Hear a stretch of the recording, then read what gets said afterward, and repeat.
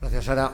Bueno, hemos intentado en esta charla, en la primera parte antes del café, que tuviéramos una homogeneidad respecto a los conceptos de PBO y distocia entre las diferentes profesiones que estábamos aquí. Luego Maya nos ha contado brillantemente que muy probablemente hay poco que hacer o no mucho que hacer en la prevención primaria, que no ocurra la distocia de hombros. Y me toca a mí contar, una vez que tenemos la distocia, cómo evitamos al máximo tener la parálisis braquial. Y yo os voy a contar una historia que, como muchas historias en medicina, empiezan en una guerra. Y esta es una guerra, una batalla, de una guerra que fue en realidad la Primera Guerra Mundial. Fue una guerra de los 7 años entre Francia con España e Inglaterra. ¿Os acordaréis de esta guerra? Porque es la guerra del último mohicano. Y todo el mundo pegando tiros. Y en esta guerra había un rey, que era Luis XV, llamado el Bienamado, que quería más soldados. Y quería más soldados, y como la única manera que entendía de más soldados era reducir la mortalidad neonatal en su territorio, y le encargó a una matrona, Madame Lecodré, desde entonces conocida como la matrona del rey, un proyecto. ¿Y quién era Madame Lecodré? Era hija y nieta de médicos. En aquella época no podía estudiar medicina por eso, porque era mujer. Con 25 años ya ejercía la obstetricia y trabajaba con el gran Marisot en el Hotel de Dieu, donde era la super de la gran maternidad de París, y le habían permitido hacer lecciones en la Academia de Medicina. Y Luis XV le encarga en 1759, en pleno conflicto. Él quería más soldados, querían que los niños no se murieran en el parto para luego matarlos en la guerra, y le encarga un programa de entrenamiento por toda Francia a esta matrona para reducir la mortalidad neonatal. Ella genera un texto dibujado para aquellas matronas y aquellas gente que eran analfabeto. Es un texto precioso.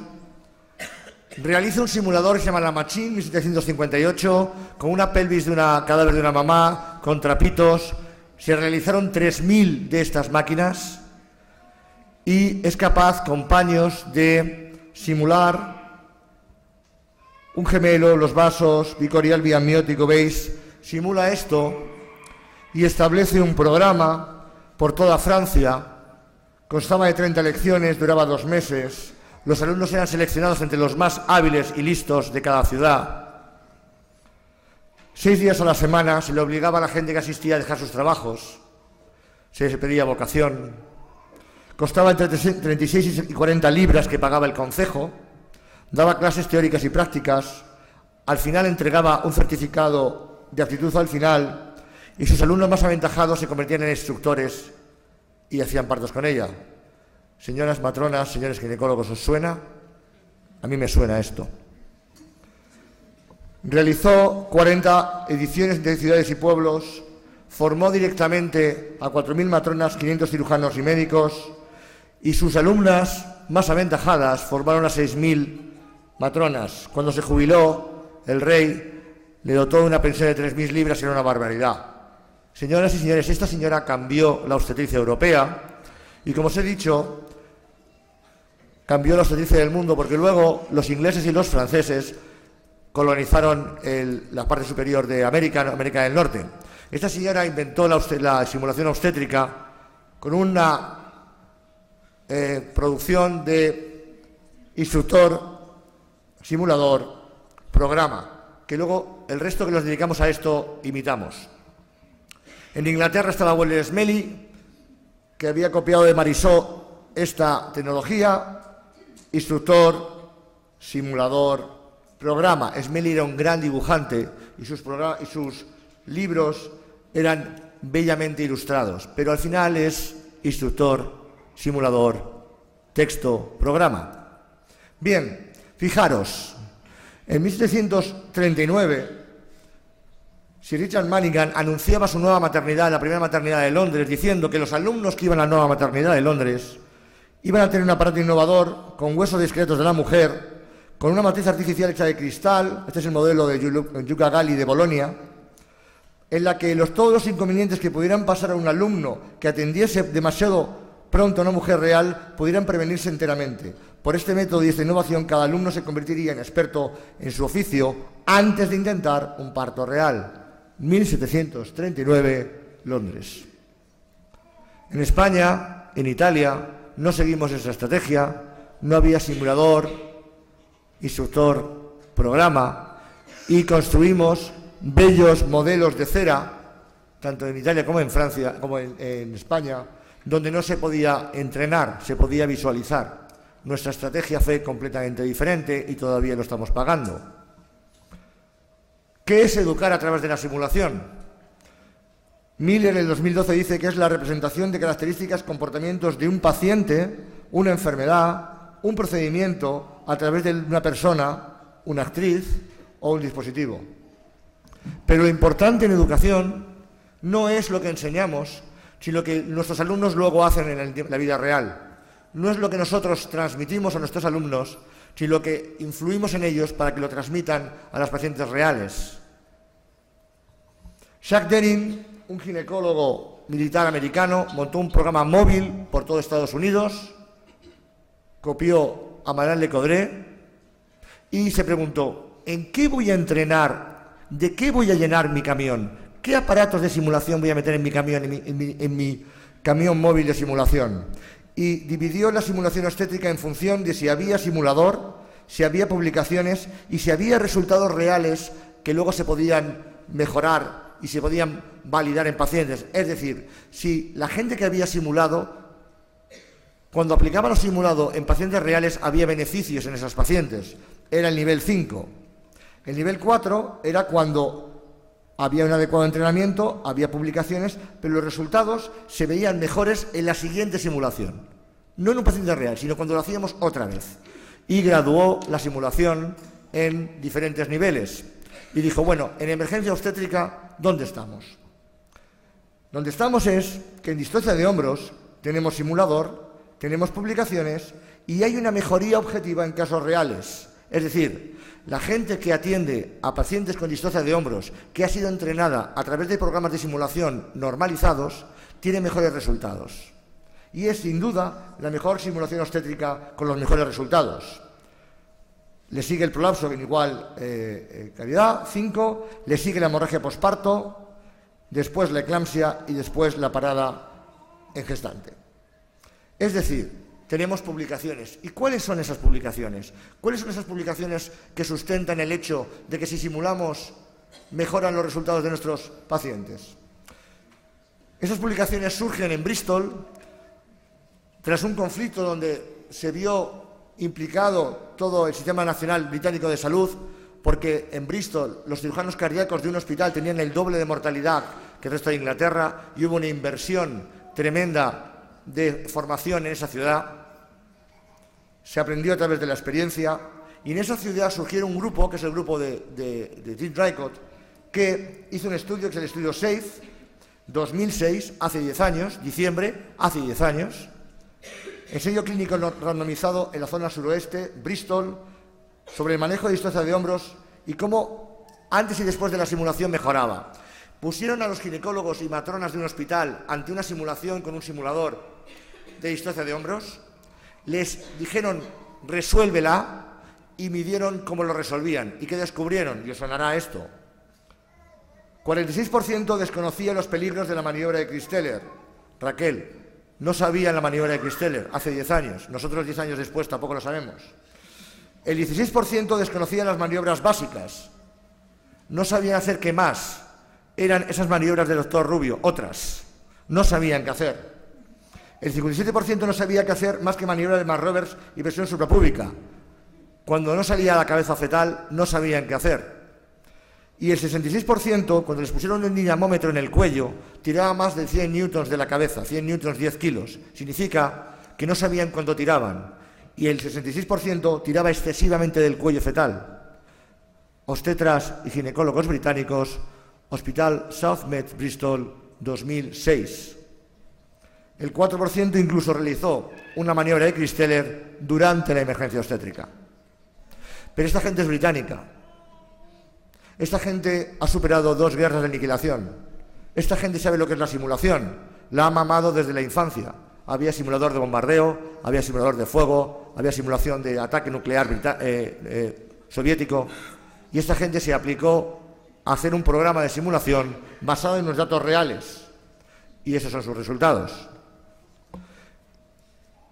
Vieron cómo, si aplicábamos información a un grupo de matronas y ginecólogos en diferentes entrenamientos, veían que incluso con un tratamiento local de un solo día de entrenamiento eran capaces de entrenar en la mejora de conocimientos al personal que atendía partos, solo un día. Y eso lo demostraron. Y vieron cómo antes del entrenamiento y después del entrenamiento había mejorado sensiblemente la formación en distocia de hombros, solo un día. Otro autor, Shadderin, el militar, demostró que los residentes les pasaba lo mismo. Cuando les entrenábamos en distocia de hombros, en reconocimiento, en llamar al adjunto, en llamar al pediatra, mejoraban con un simple programa de entrenamiento de un par de horas. Y veían que el intervalo antes del entrenamiento y después del entrenamiento, o gente entrenada y gente no entrenada, mejoraba. Resolvían mejor los residentes la distocia de hombros. Fijaros, el Royal College en el 2005, pese a tener una evidencia nivel 4 por un estudio indirecto, ya decía en el 2005, hace 11 años, que para mejorar la distocia de hombros había que entrenar. Era un nivel de evidencia 4, no había otros estudios, pero eran estudios consistentes, porque en sus trabajos de registro, porque ellos registran los casos, veían que aquellas unidades que entrenaban tenían mejores resultados que aquellas unidades que no entrenaban. No era un comparativo, pero era la suficiente evidencia. En el 2005, desde el 2005, ya el Royal College dice que es preciso entrenar para resolver distocias de hombros. Y este es el grupo PROMPT. Este es el grupo multiprofesional. Este es Tim Draycott, que es el tocólogo, Joe Croft, anestesista, ginecólogo, anestesista, ginecólogo, matrona y matrona. Y en el año 2005 diseñaron su simulador, instructor, simulador, programa. Estos eran los instructores, diseñaron su simulador y crearon su programa, que era el programa PROMPT. En este programa, en el SOFMES, era multidisciplinario, obligatorio, señores, obligatorio, a anestesistas, matronas y obstetras, que duraba un día, porque lo habían demostrado, gratis y cubierto por el hospital. ¿Y cómo era su programa? ¿Cuál era la característica de su programa? Profesores y alumnos multiprofesionales. Yo fui a hacer ese curso y me enseñó a hacer un parto de nalgas una matrona. Yo atendí. Cursos in situ utilizando las propias instalaciones, nada de grandes centros de simulación. Tu propio local, nuestro propio hospital, nuestro propio paritorio. Cursos adaptados al medio local, entrenamiento del equipo, ejercicios multiprofesionales apoyados por el personal más experto, los campeones del paritorio, ese obstetra con experiencia lideraba la simulación, uso de medios simples para entrenarse y luego técnicas de briefing y uso de listas de comprobación para ver que todo el mundo estaba en la misma página y todo el mundo lo había hecho bien. Y usaban un simulador muy sencillito, un simulador que habían diseñado ellos, que era el simulador PROMPT. ¿Y cuáles son sus resultados? Instructor, simulador, programa. Este es el curso T2 y este es el curso T3 de instructores. Este es su programa. Nos fuimos a aprenderlo nuestro grupo allí. ¿Y cuáles son sus resultados en Reino Unido? En Reino Unido ahora mismo el 85% de las maternidades siguen el programa PROMPT todos los años para acreditar y recertificar a su personal. 85% maternidades de Londres, de Reino Unido. ¿Cuáles son sus resultados? Sus resultados vienen resumidos en esta publicación. Prevención de la parálisis braquial obstétrica, 12 años de entrenamiento en distocia de hombros. Después de 12 años son capaces de prevenir la parálisis braquial obstétrica de esta manera. Ellos han establecido un periodo preentrenamiento basal, un periodo de entrenamiento precoz y un periodo de entrenamiento tardío, y estas son las franjas de los años. Ellos han visto que incluso con todo este entrenamiento, los residentes de matrona o los estudiantes de medicina, las matronas, los residentes más avanzados de obstetricia y los consultan los adjuntos mayores, son capaces de resolver mejor las distocias de hombros. El tratamiento multiprofesional afecta a todas las profesiones que están implicadas en un paritorio, no solo es el ginecólogo, no solo es la matrona. Pero aquí viene lo gordo. Cuando comparamos su periodo preentrenamiento con la morbilidad neonatal por caso de distocia de hombros o la morbilidad por 1000 recién nacidos vivos en distocia de hombros y parálisis braquialostética, ven ustedes que al nacimiento, antes del entrenamiento, tenían 24% de morbilidad neonatal por distocia de hombros o una tasa de 1.5 por 1000. Cuando empiezan a entrenar, esto baja a 6, a 0,46, y cuando siguen entrenando, a 7 parálisis braquiales al nacimiento, frente a 24, 0.41, pero lo más importante es que aquella parálisis braquial que sigue dando guerra, la severa, a los 12 meses, la muy grave, aquella que se recupera muy mal, y ahí hay que ver y graduar qué es eso, pero realmente la que ellos definen como la parálisis braquial, que dura más de 12 meses, la han dejado en 0. No tienen parálisis braquiales permanentes a los 12 meses en este grupo de entrenado. No tienen. Y han reducido de 24% por distocia a 7% por distocia en el total de las distocias de hombros que ellos han asistido. Y esto es un gran éxito. Y por eso son nivel 5 de evidencia. Y por eso es, sin duda, la simulación obstétrica que tiene mejores resultados en morbilidad. Y por eso es obligatoria en Inglaterra, por eso es obligatoria en Dinamarca y por eso tenemos que traerla a España. En datos, cuando ellos hablan de cómo maneja la distocia de hombros, a medida que el profesional aprende, hace más McRoberts, hace mejores presiones suprapúbicas, libera mejor el hombro posterior, hace mejor la rotación interna, pero lo importante, señores, aquí es que a medida que aumenta su entrenamiento, evita hacer cosas mal, tira menos del cuello porque sabe que 100 newtons son 100 newtons y sobre todo sigue escalando su actividad y sus maniobras de primer a segundo o tercer nivel porque las sabe hacer y por eso resuelve las parálisis. Está entrenado en equipo. Óscar, 2 minutos. Empate a 1. Tiene mejores resultados en Apgar, eso ya hemos repetido. Y aquí está la clave. Esto es lo que pagaban en demandas judiciales antes del entrenamiento y esto es lo que pagan ahora. Solo por lo que no pagan en demandas judiciales se financia todo el entrenamiento. Resultados en Estados Unidos, mismo programa, Dallas, mismos resultados. Reducen el grupo de Weiner, aplica el protocolo Chrome, en 7 años reduce las parálisis braquiales. Y aquí los americanos establecen un ahorro de $7.500.000 por el número de parálisis braquiales que ahorran hacer. Solo el ahorro en demandas judiciales paga de sobra el entrenamiento. Bien, experiencias danesas. Dinamarca tiene 6 millones de habitantes, parecido a Madrid. ¿En qué se entrenan los daneses? La mayoría de las maternidades danesas se entrenan en distocia de hombros, 26 de 28, hemorragia posparto, rea neonatal, nalgas y preeclampsia. Veis que la mayoría de las maternidades danesas se entrenan aquí.